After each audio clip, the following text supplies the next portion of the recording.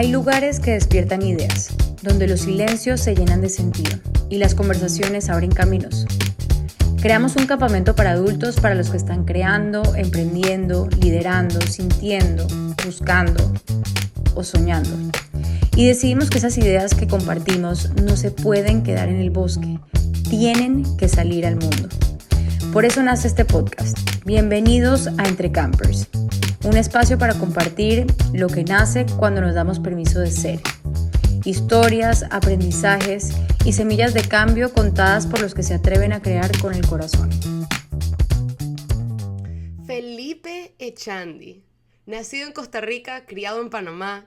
Felipe es de esas personas con las que cada conversación te da ganas de crear más en grande y meterte en un nuevo rabbit hole. Con ustedes, el CEO y cofundador de Quanto. Quanto se enfoca principalmente en proveer una solución financiera al Creator Economy. Cuéntanos un poco sobre qué es ese Creator Economy y qué problemas tiene ese perfil actualmente en Latinoamérica. Claro. Bueno, el Creator Economy al final es simplemente la conexión de los emprendedores con el Internet. Es un nombre bonito que se ha puesto un poco de moda, pero realmente lo que está ocurriendo a nivel global es que como ahora estamos cada vez más conectados a Internet y todos tenemos una maquinita de potencial aprendizaje y potencial distracción todo el día, también esa maquinita nos permite vender nuestros servicios, vender los bienes que producimos. Y en el mundo más desarrollado le hemos llamado a una subsección de eso el Creator Economy, pero en Latinoamérica lo que en realidad estamos viendo es que los emprendedores están lanzando en Internet.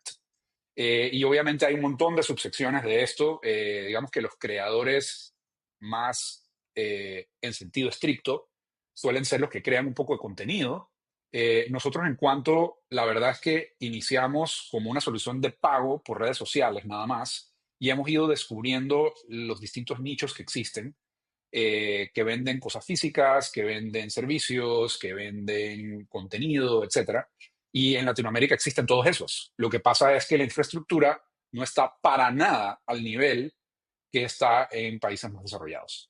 Entonces, la oportunidad es ayudar a un subcontinente de más de 700 millones de personas a ofrecer lo que ellos ya ofrecen de manera local o de manera manual o que no han podido ofrecer porque justamente sus mercados tal vez no son tan grandes, a lanzar de manera nacional, regional o incluso global.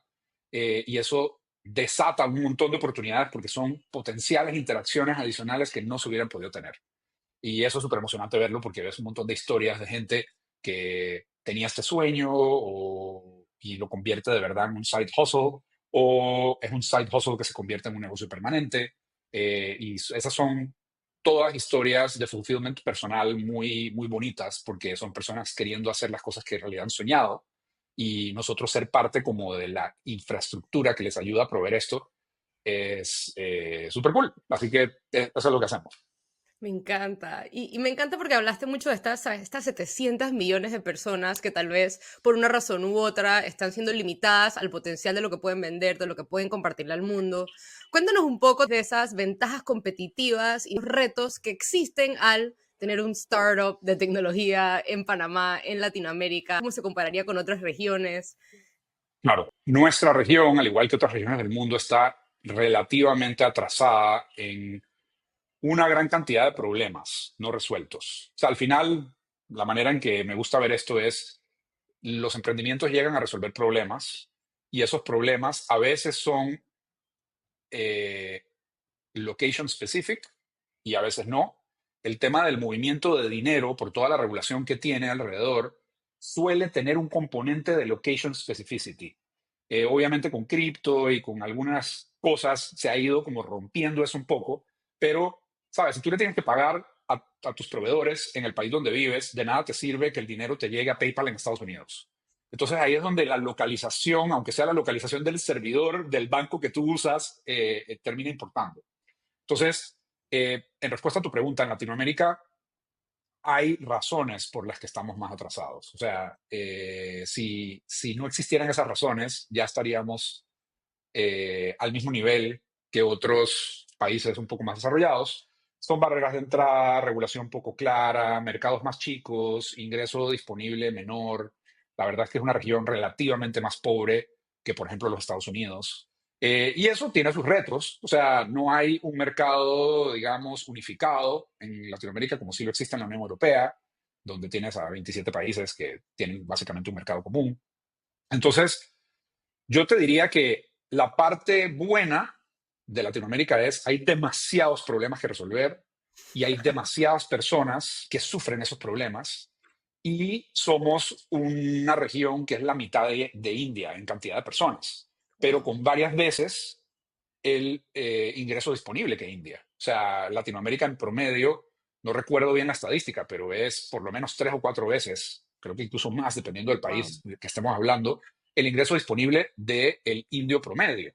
Entonces, es un mercado gigantesco, y no solo Brasil y México. O sea, Centroamérica, por ejemplo, es del tamaño de Colombia. Wow. Colombia en sí es un mercado interesante. Toda la región andina, Perú, Ecuador, o sea, tú vas viendo y es un montón de gente que quiere exactamente lo mismo que quieren las personas en Florida, en Nueva York, en California y demás, quieren la misma conveniencia.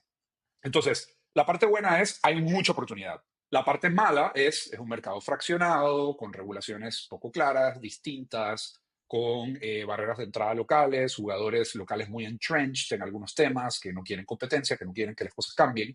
Entonces, a veces sí es un poco frustrante cuando uno ve que la cosa va un poco más lento o el mercado no se mueve de manera tan dinámica como uno ve que ocurre en Estados Unidos. Pero por otro lado, cuando ves que efectivamente estamos resolviendo problemas reales y no solo riding el VC wave de crear una compañía y luego que otra compañía te compre o lo que sea, la verdad, por lo menos en cuanto a propósito personal, me parece muy emocionante porque son cambios como mucho más palpables en la vida de la gente.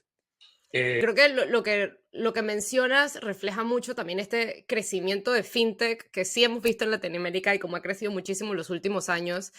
¿Qué alianzas dentro de este ecosistema sientes que han sido fundamentales? ¿Cómo ves cuánto dentro del crecimiento de ese ecosistema en Latinoamérica y en Panamá en general? Porque sé que también están en Costa Rica y expandiéndose a otros. claro, bueno, primero que todo, lo que nosotros hacemos es, imagínate un marketplace. Nosotros posibilitamos e-commerce local. Eso es lo que nosotros queremos hacer para el nicho específico de creadores que estamos atendiendo ahora. El e-commerce obviamente tiene miles de verticales. Nos hemos enfocado, aunque tenemos subsegmentos de personas que venden contenido y que venden servicios, el enfoque principal ha sido vender bienes, o sea, cosas de átomos. Y esa experiencia de e-commerce local, pero e-commerce direct to consumer, o sea, tú le compras al creador de la marca de manera directa y no a través de un intermediario. Nosotros somos como la plataforma que permite hacer el tema, en vez de ir a un supermercado, por ejemplo, o una tienda de especialidad o etcétera. Ese nicho requiere que nosotros podamos procesar los pagos, entonces tenemos que tener la posibilidad de conectarnos a los distintos métodos de pago. En cada país son diferentes. Algunos son públicos, algunos son privados, algunos son tarjetas de crédito y débito, Visa, Mastercard, American Express, etcétera. Otros son sistemas de pago más locales, como por ejemplo Yapi en Panamá, y otros similares, el ACH y demás. En Costa Rica hay uno público que se llama Simpe Móvil, es parecido al Pix de Brasil. Y en Latinoamérica es muy importante ser multisistema de pagos, o sea, multimétodo de pagos, porque al final el emprendedor lo que quiere es vender y vender como le quiera pagar el consumidor. Entonces, eso le agrega un poquito de complejidad porque en el mundo desarrollado las tarjetas, o sea, las marcas de tarjetas dominan completamente. En Latinoamérica son muy importantes, pero no son las únicas opciones. Y muchos de estos sistemas son nuevos. Entonces, esas integraciones, alianzas, a veces son más lentas de lo que uno quisiera y todo, pero son fundamental cultivarlas. Eh, Además de eso, obviamente, en el mundo de las tarjetas Visa, Mastercard, hay también una serie como de requisitos que se tienen que cumplir. Uno tiene que cuidar los temas de fraude y no tienes idea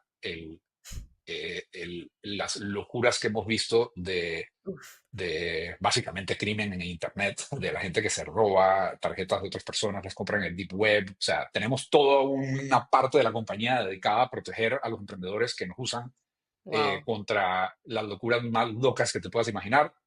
Eh, y eso requiere también un management, entendimiento de las reglas de Visa, de Mastercard, de este tipo de sistemas. Y con bancos que también entiendan nuestro modelo de negocios, porque los marketplaces o las plataformas, digamos, que permiten que otras personas vendan, no son un cliente de e-commerce normal. No es como un retail store que va a un banco y abre una cuenta de procesamiento y ya, sino que nosotros estamos lidiando con otras personas. Y eso no todas las entidades financieras en nuestra región lo entienden todavía. Muchas sí, por suerte, y ha ido cambiando la cosa, pero ha habido como un aprendizaje conjunto entre nosotros y los otros players con los que tenemos que trabajar de cómo hacer esto de manera más eficiente, cosa que ya ha sido resuelta también en otros países del mundo. Felipe, y de lo que me estás contando, suena que todo esto han sido obviamente aprendizajes que han venido a través de la trayectoria. Sé que Cuánto lo fundaron en el 2018, entraron a YC en el 2019. Cuéntanos un poco cómo fue esa experiencia, qué tanto ha cambiado el problema y la solución, digamos, Uf, desde ese momento hasta ahora, y cómo ha sido formar parte de ese programa y de ese grupo, especialmente en Panamá, donde tal vez son muy pocos los que realmente han logrado. claro. Bueno, también la fecha de fundación es como también súper relativa, como que Claro. tenemos que elegir como un lugar, así que sí, efectivamente en 2018 yo ya estaba trabajando en este tema y ya estaban incorporándose mis dos socios, José y Jorge, pero empezamos con un link de pago, que eso es algo que ya muchísimos bancos en la región tienen. Pero en ese momento no existía y el onboarding para poder hacer eso era muy, muy complicado y nosotros sacamos como la primera versión instantánea de esto, por lo menos que tengamos conocimiento en Centroamérica. Y empezamos a literal ver cómo nuestros clientes usaban esto in the wild. De hecho, inicialmente la idea era una especie de Venmo para la región, un Alipay, digamos. Pero nos empezamos a dar cuenta que dentro de las personas que quieren pagar o recibir dinero, hay personas que lo que quieren en realidad es vender. Entonces, ese fue el primer scope narrowing del movimiento de dinero. Al principio éramos como simplemente money transfer. Y luego fue, no, no, no, posibilitemos ventas en línea. Ese nicho era interesante porque es un nicho que está acostumbrado a que eso tenga un costo. Cuando tú le pagas a un amigo por una cerveza, sabes, ese amigo que recibe el dinero de la cerveza no quiere pagarte un fee. En cambio, una persona que vende con un punto de venta entiende que eso tiene un costo y hay willingness to pay al respecto. Y también entienden el valor que uno les da. Y ahí es donde en su momento Y Combinator abrió el Startup School ese año. Eso fue finales de 2018 y decidimos aplicar porque queríamos un grant de ellos. Es decir, why not un grant?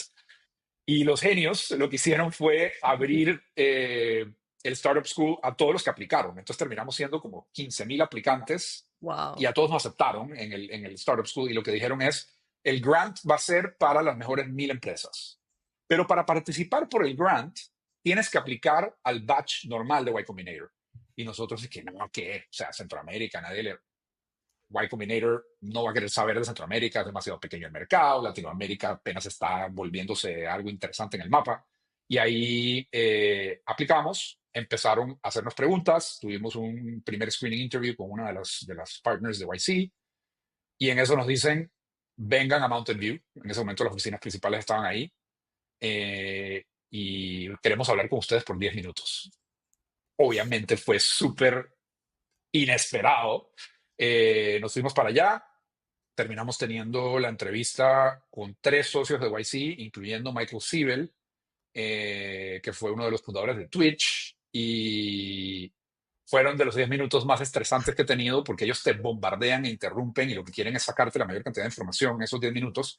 Pero esa noche nos fuimos a Palo Alto a comernos unas hamburguesas y uno de mis socios recibió una llamada de Michael diciéndonos, hi, we'd love to fund you para el siguiente Wow. batch. No lo podíamos creer, fue así como medio impostor syndrome surreal. Total. Y bueno, regresamos a Panamá a Navidad, Año Nuevo, etcétera, y en enero ya estábamos en Mountain View por los siguientes 3 meses. Y te diría que, digo, obviamente además de la emoción de poder estar físicamente en un lugar que nosotros habíamos seguido por una década, o sea, nosotros, ¿sabes? Sí. Leíamos los essays de Paul Graham y estábamos siguiendo lo que estaba pasando allá. Estar ahí obviamente era como estar en Disney, pero a la vez súper estresante. Y lo que yo te diría es que lo que más nos cambió pasar por Y Combinator y recibir financiamiento de ellos es atrevernos a pensar en grande. Nosotros tenemos un serio complejo de inferioridad en nuestra región, Totalmente. pero la verdad es que los problemas son resueltos por la gente que intenta resolverlos. Period. Van a haber algunos intentos que fallan y van a haber algunos intentos que duran mucho tiempo. Digo, en nuestro caso no es que ha sido overnight, o sea, llevamos, como dice, 7 años en esto y hay miles de historias así. La historia de Figma me encanta porque fue como overnight Sí. success, 10 years in the making, y hay un montón de casos así. Y sí, a veces uno se desanima, pero lo que YC nos dio fue un why not attitude. O sea, como que, hey, este problema es real, cuantifícalo y trata de resolverlo. Y sí lo puedes hacer porque hay un montón de personas que ya lo han hecho en otras industrias, en otros lugares, con miles de odds en su contra. ¿Y por qué no lo pueden hacer ustedes? En nuestra región, especialmente en los países más pequeños de Centroamérica, hay una estructura muy definida de que solo ciertas personas pueden intentar resolver problemas o tú tienes que tener una serie como de contactos o relaciones familiares, etcétera. O ciertamente eso ayuda. Sin embargo, nos abrió un poco la mente en cuanto a ambición y a controlar un poquito ese síndrome de impostor, ¿sabes? Nosotros podemos resolver cualquier problema que el que tengamos un insight específico y las habilidades correctas para hacerlo. Así que eso ha sido increíble. Posteriormente, el network ha sido absolutamente brutal, no solo para levantar capital, porque también en Centroamérica los VCs, a pesar de que esto está también mencionando, los emprendedores no sabemos lo que estamos haciendo y los VCs tampoco saben lo que están haciendo. Así que el hecho de poder ir y hacerle pitches a personas que ya han visto esto pasar 1000 veces y que invierten todos los años en 20, 30 compañías, también nos dio acceso a un capital que te diría que es menos titubeante, menos nervioso. En Centroamérica, por ejemplo, una típica cosa que uno oye entre los emprendedores es, ok, sí, sí, yo invierto en tu compañía, pero a mí no me gusta ser dueño de menos del 10% de una empresa. No te puedo Así creer. que hablemos de valuation. Y es como que eso viene, obviamente, eso tiene una razón. No es que la gente es cerradamente, eso tiene una razón. A mí me interesa tener buenos returns y las compañías en nuestra región, que no han sido tradicionalmente de tecnología, no han tenido hipercrecimiento y por Claro. lo tanto no se vuelve tal vez una inversión tan interesante. Entonces se vuelve como un rule of thumb para decir, esta oportunidad es interesante o esta no. Sin embargo, en el mundo de tecnología, donde los que sí, digamos, logran tener éxito, crecen de manera muy importante, esa no es la manera de verlo. O sea, ¿sabes? Tener 1% de Sí, meta es una cantidad absurda de dinero, ¿me explico? Todavía simplemente usan modelos mentales del mundo pre-internet. Entonces, nuestros inversionistas usan modelos mentales del mundo pre-internet, nuestros emprendedores usan modelos mentales del mundo pre-internet porque ven su mercado potencial como su país, tal vez a veces. Eso es un error que nosotros cometimos. O sea, no te digo que nosotros estamos exentos de esto. Eh, pero un network como Y Combinator nos vino como a romper eso un poco y hacer ver que esos modelos mentales han cambiado y que uno puede partir de otros modelos mentales. Y eso ha sido fundamental para crecer, para atrevernos a hacer cosas y esperamos que siga haciéndolo. que hablas de también estos procesos de levantamiento de capital para nosotros en Latinoamérica, en gran parte son locos, ¿no? Creo que Panamá es un ejemplo muy claro de eso, donde tienes a gente brillante, emprendedores haciendo cosas súper cool y que muchas veces el mercado de Panamá simplemente es tan chico que no permite o no nos permitimos pensar más allá de esos modelos más geográficos y muchas veces perdemos oportunidades que pudieran ser proyectos súper escalables. Em, Cuéntanos qué consejo le darías tal vez a esos emprendedores latinos, panameños, buscando atraer inversión internacional. ¿Qué tipo de mecanismos existen y qué cosas son interesantes ahorita mismo en ese? Digo, esto podría ser una conversación de horas, pero se me ocurren como dos buckets de temas. El primero es no te enamores de tu solución, enamórate del problema. Muchísimos emprendedores en América Latina, y eso nosotros al principio yo creo que también nos ocurrió, y a veces igual hay que controlarlo y mantener adiestrado ese impulso de enamorarse de la solución. Eh, Nos enfocamos en vender este nuevo app que estoy haciendo, o este website, o este AI for whatever. y no entendemos lo suficientemente el problema que estamos resolviendo, que es lo que al final va a ser el motor de que cualquier solución funcione. Entonces tenemos como esta visión como romantizada del emprendimiento en América Latina, que es que tú creas un app y entonces tú vendes el app. Y no, tú lo que haces es que resuelves problemas. El app puede ser una herramienta para hacerlo, pero no tiene que ser un app, puede ser something else. Entonces, eso por un lado, eso yo te diría que 19 de cada 20 conversaciones que tengo con otros potenciales emprendedores de la región es lo primero que les digo. O sea, es no me hables de tu solución, entendamos el problema. O sea, ¿qué problema estás resolviendo? O sea, 19 de 20. Eh, ese es un bucket. El segundo bucket es no hagas tu estructura controversial, tu estructura jurídica de tu empresa y la estructura que vas a utilizar para levantar capital controversial. Ya tu región es una región más risky que Estados Unidos, dependiendo de lo que hagas. Ya es una región con un mercado más pequeño, con todas las cosas, las desventajas que hablamos, la ventaja obviamente de muchos problemas sin resolver. Así que no compliques el cuento diciéndote que te incorporaste en un país de la región. Ningún inversionista global que sepa lo que está haciendo en cuanto a venture capital o angel investing va a invertir en una sociedad panameña. En este momento al menos no es así. Las sociedades panameñas no son consideradas vehículos, digamos, time tested para invertir y si bien en Panamá hay varias firmas de abogados y entidades que han hecho SAFEs, Simple Agreements for Future Equity, adaptados a derecho panameño, no ha sido tester en tribunales, no hay cosas locales que no sabemos, sabes, cómo van a funcionar a través del tiempo y demás.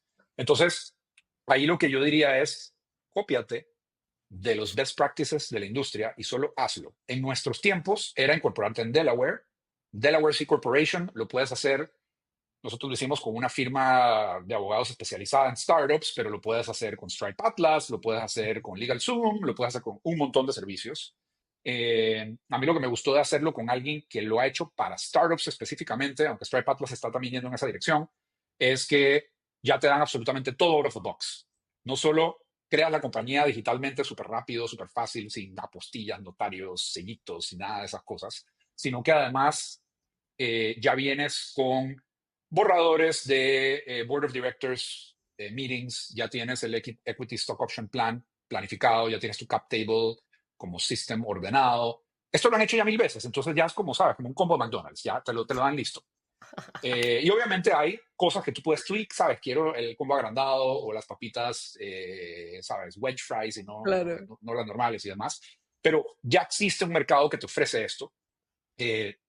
Y ahora la estructura más común es la que le llaman el Cayman Sandwich, que es que tú incorporas en Gran Caimán, tienes una compañía operativa en los Estados Unidos, un LLC, que es diferente a un C Corp, y luego tienes subsidiarias en los demás países de Latinoamérica donde operas, y es que es necesario que tengas subsidiarias de manera directa en cada país según tu modelo de negocios. Eh, Eso lo que permite es que al inversionista tú solo le digas, lo tengas que convencer de la propuesta de valor y que invierta, y que no sea una complicación el acto mismo de invertir y que te llegue el dinero y que el agreement se cierre. Entonces yo ahí diría es, no te inventes la rueda. Si tú tienes un primo que trabaja en una firma de abogados en Panamá que te quiere ayudar, entiendo la buena intención, pero por favor, o sea, simplemente mira lo que está haciendo. La mayoría de la gente, Y Combinator, hasta donde yo entiendo, solo invierte en compañías de Singapur, Liechtenstein, Gran Caimán y Estados Unidos. No sé si otro par más como holding companies, pues. Obviamente, Claro. todas las compañías que hemos visto en Latinoamérica han abierto subsidiarias en los distintos países y tú tienes que tener al final un grupo económico, eso es lo que terminas creando. Pero no lo hagas controversial, o sea, no lo hagas controversial y eso te va a dar acceso a hablar con inversionistas que saben lo que están haciendo. Porque, sabes, como que si no entienden esta estructura, probablemente ese no es nuestro inversionista. ¿Sabes? Si te va a pedir 15% de la empresa en acciones comunes, no sabe lo que es un SAFE y demás, digo, lo puedes convencer, pero muy probablemente no va a ser la persona que tiene el apetito de riesgo que tú buscas. Que algo también que se habla mucho en Y Combinator, en el mundo de startups en general, es todo el tema de la distribución, ¿no? Una vez tienes un producto brutal, estás solucionando un problema súper cool, ¿cómo realmente le llega a la gente y a tu audiencia a la que la van a utilizar? Cuando estábamos en el Adult Camp, teníamos una pequeña biblioteca y me encanta que tú agarraste el libro de Growth Levers de Matt Levine y lo conversamos contigo, con Steffi, con otros, y eventualmente terminó siendo un book club. Creo que ahí Sí, el tema interesante de esas palancas de crecimiento, ¿no? En la que los emprendedores nos apalancamos de y experimentamos con para poder entender cuáles son esas oportunidades de crecimiento, son clave para el éxito de cualquier negocio. Me gustaría escuchar un poco de qué experimentos han hecho dentro de cuánto, qué les ha funcionado, cómo ustedes ven esta parte dentro de una compañía apelando a otros emprendedores a nivel local. sí, ese libro me pareció brutal. La verdad me emociona mucho haberme encontrado y especialmente en el Adult Camp, porque es muy conciso y muy claro. Y para quienes no se lo han leído, el TLDR diría yo que es un cliente siempre está en una de tres etapas, en lo que llamamos struggle, search y selection. El struggle es cuando la persona está descubriendo su propio problema, o sea, cuando tu cliente está buscando y entendiendo el problema que él o ella sufre. Luego está el search, que es ya yo tengo el problema identificado, sé que tengo un problema, así que estoy investigando cómo solucionarlo. Y luego viene selection, que es ya investigué cómo solucionarlo, ahora voy a adoptar una solución para ese problema. Todas esas secciones son como una especie como de funnel. Hay muchísimas personas que sufren el problema, pero que no, tal vez están problem unaware, lo sufren, pero no saben. Hay aún menos personas que tienen el problema y ya saben que lo sufren. Luego hay menos personas que tienen el problema, saben que lo sufren y están buscando soluciones, y así va bajando hasta que ya eligen una solución, ojalá la tuya, y ya crean confianza, pues. Eh, lo que me gustó de Growth Levers es que como que te lo sistematiza de manera un poco accionable. Entonces tú como que básicamente lo que hemos hecho internamente es que hemos ido adoptando la metodología del libro poco a poco. Es un cambio cultural, incluso dentro de un startup. O sea, como que eh, todas Totalmente. las organizaciones grandes que hablan de cambio cultural, que es súper lento, igual los startups tienen cultura. Y lo que me ha encantado a mí personalmente es mezclar esto con AI. De hecho, ahora que estoy aprendiendo vibe coding, como te he Nice. dicho, yo no soy particularmente técnico, pero ahora con AI siento que puedo programar y puedo hacer cosas.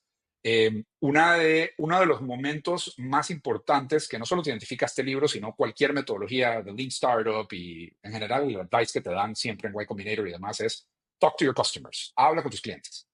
Y eso ya yo lo estaba haciendo, pero la manera en que lo estoy estructurando ahora es que yo converso con un cliente, long form, una hora y media, en un need finding interview donde le hago preguntas sobre su journey desde el struggle hasta el selection. Grabo a la persona y luego transcribo esa grabación, por supuesto con AI, replicate model, diarization, demás. Pude integrar Notion a un workflow Nice. usando Retool, que es la herramienta que usamos para este tipo de cosas. Y ahora lo que estoy haciendo es creando como una especie como de product manager agent para ayudarme a mí a automatizar un poquito el input. Obviamente se hace el análisis después, pero automatizar un poquito el input de esas entrevistas. Entonces, casualmente hoy estoy creando un vector database para poder subir, digamos, los chunks de entrevistas Nice. y, y poder tener un RAG, y poderle Wow. hablar a cada entrevista como si la entrevista no se hubiera acabado, sino que termina siendo como un dynamic análisis de cuáles son los jobs to be done, Wow, de los increíble. que hablamos en la entrevista, y de esos jobs to be done, cuáles están well met y cuáles no están met. Y también para input de marketing y ventas. O sea, hagamos un sentiment analysis de la conversación que tuvimos con la persona y entendamos qué mensajes podrían resonar con esta persona con la que conversé con una hora y qué mensajes resonarían con otros. Y luego empezar a también join that entre distintas conversaciones y empezar a encontrar patterns.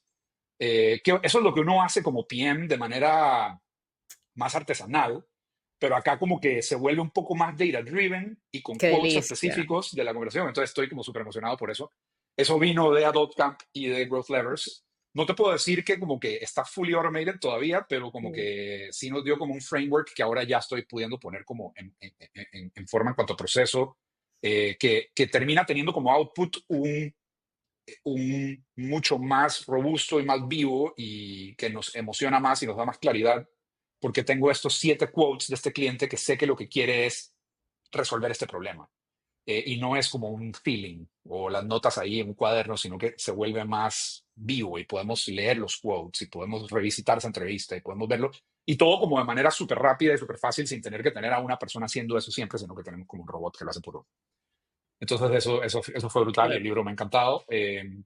Obviamente hay una gran cantidad de levers, pero algunos que tal vez no creo que valga la pena entrar en tanta complejidad acá, pero sí termina uno descubriendo lo que creo que llamaban el rate limiting step, si no me equivoco, que es en cuál te enfocas para duplicar el tamaño de tu negocio. Y eso ya lo tenemos identificado, vamos a anunciar algunas cositas y todo eso vino de esa conversación y de ese libro que tuvimos. Así que thank you. Cool, me encanta escuchar eso. Y eso me conecta perfecto con ya las últimas preguntas de Ujú. esta conversación y es, ¿qué va a pasar en cuanto los próximos años, 2 años, 3 años? ¿Para dónde vamos? ¿Qué podemos esperar? Bueno, primero, una gran eh, expansión de capacidades porque AI está permitiendo hacer demasiadas cosas que no eran posibles hacer antes. O sea, nuestra productividad yo creo que está incrementándose de manera exponencial. Nosotros somos menos de 5 en la compañía. Y siento yo que estamos pudiendo hacer lo que podría hacer, lo que tradicionalmente hubiera hecho una compañía de 30, 40, 50 personas. Y posiblemente en los próximos 2 a 3 años va a ser más que eso. Es realmente increíble. O sea, esto no lo estoy diciendo exagerado. Eh, Así que eso me emociona mucho porque permite mantener un equipo bien cohesivo, lean, que toma decisiones rápidas, que no tiene demasiado overhead y el proceso se vuelve más AI que proceso burocrático de un montón de gente. Eso no Increíble. quiere decir que luego el equipo no vaya a crecer, pero va a crecer de manera diferente. Lo siguiente es, creo yo, que una expansión un poco más predecible y ¿cómo te digo? Y rápida, o sea, va a haber ya un playbook más claro para abrir nuevas ciudades y países en la región. Así que van, creo, a ver cuánto en más lugares de Latinoamérica y se va a volver como algo un poco más conocido.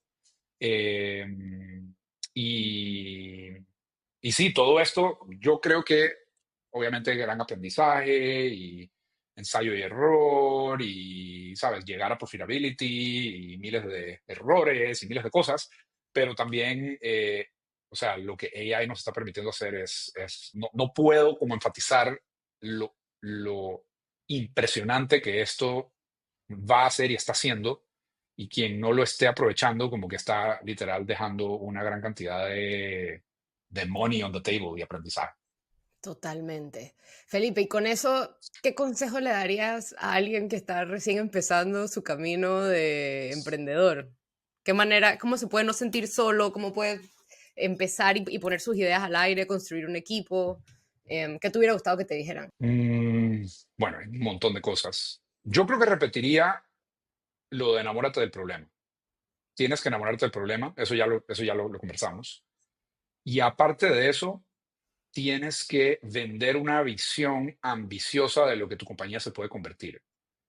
Eso me costó a mí un poco, al principio todavía me cuesta y es algo que activamente tengo que controlar. El futuro no existe hoy, ese es el punto. Entonces uno tiene que hacerlo lo más palpable posible. Un futuro posible, obviamente no es un futuro sin riesgo, pero es un futuro posible. Tú lo tienes que poder traer al presente y palpablemente ayudar a tu inversionista, a tu cliente, a tu equipo, a ti mismo, a visualizarlo y a sentirlo como una posible realidad. Y eso, al principio, el síndrome del impostor y uno sentir que uno viene de una región donde esas cosas no pasan y demás, es una fuerza contraria a eso, pero es absolutamente necesario. Yo creo que si yo hiciera todo esto de nuevo o pudiera como agarrar una máquina del tiempo e ir al 2019 de nuevo, hubiera sido extremadamente ambicioso, o muchísimo más ambicioso, o muchísimo más detallado en definir esa visión, y siento yo que hubiera acelerado sustancialmente el proceso de crecimiento cuanto, haciendo esto desde el principio. Así que, en resumen, enamórate del problema y sí, no solo piensa en grande, sino que piensa en grande y con alta resolución. O sea, Me súbele los encanta. píxeles a esa visión, porque esa es la gasolina que pasa todo. Todo se crea primero en la mente y luego en la realidad. Entonces, sabes, eso las compañías también tienen eso. Y si no tienes la confianza de siquiera pensarlo, se te complica crearlo en la realidad o se crea más lento. Totalmente, me encanta. Bueno, Felipe, gracias por este tiempo.